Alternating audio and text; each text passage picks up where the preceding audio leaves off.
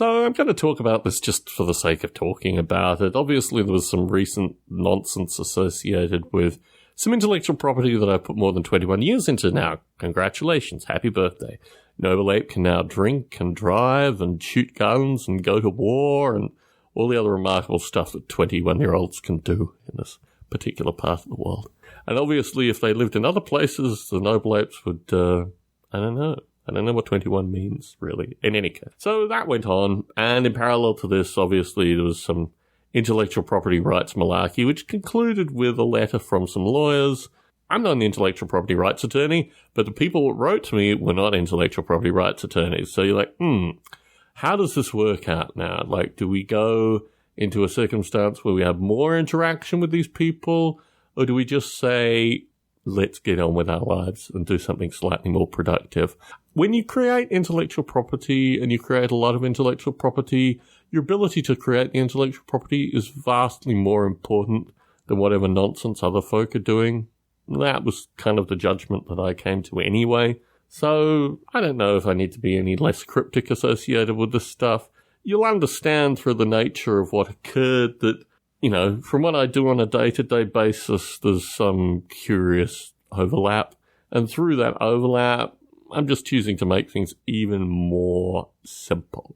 Get on with it. I did create some music, actually. I created some disruptive music, and I'm debating putting out at some stage the notion of the Noble Apes as being creatures that swim ashore and kill vast quantities of the population. I mean, I think these are the kind of images that one could ultimately put out there in a circumstance such as this. Who knows how the miscreant mind works, or maybe you just have some intimacy with a miscreant mind. Who knows? So that's that circumstance. It's a kind of slightly saddish footnote of an aging fellow who, I don't know, doesn't want to be doing this kind of nonsense when he's 80, that's for sure. If he gets to 80, he'll be really, really surprised too. So I guess in the scheme of things, not pursuing action when clearly you're dealing with folks that are not even street fighters, just general, I don't know. I mean, you look at the lawyer that sent me the letter, and you realize that this lawyer actually represents one of the largest intellectual property rights thieves in an industry. It's astonishing.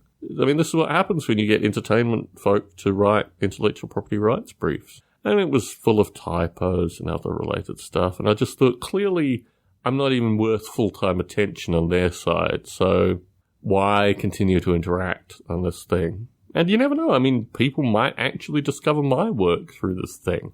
Curiously. Who knows? In fact, that's how I was initially told about this thing. So, 6 months is a period of time. It's going to go on. Obviously, there's emotions and nonsense and other related stuff through this stuff, but all I can do is continue to produce the content that I've produced and also act on my intellectual property, which I've maintained and will continue to develop. And whatever else other aggressive, stupid parties want to do, I guess I'll just behave aggressively and stupidly. That's my only real concern here, is in backing away from the situation, you might just encourage further aggressive and stupid acts. Well, we'll cross that bridge when we come to it.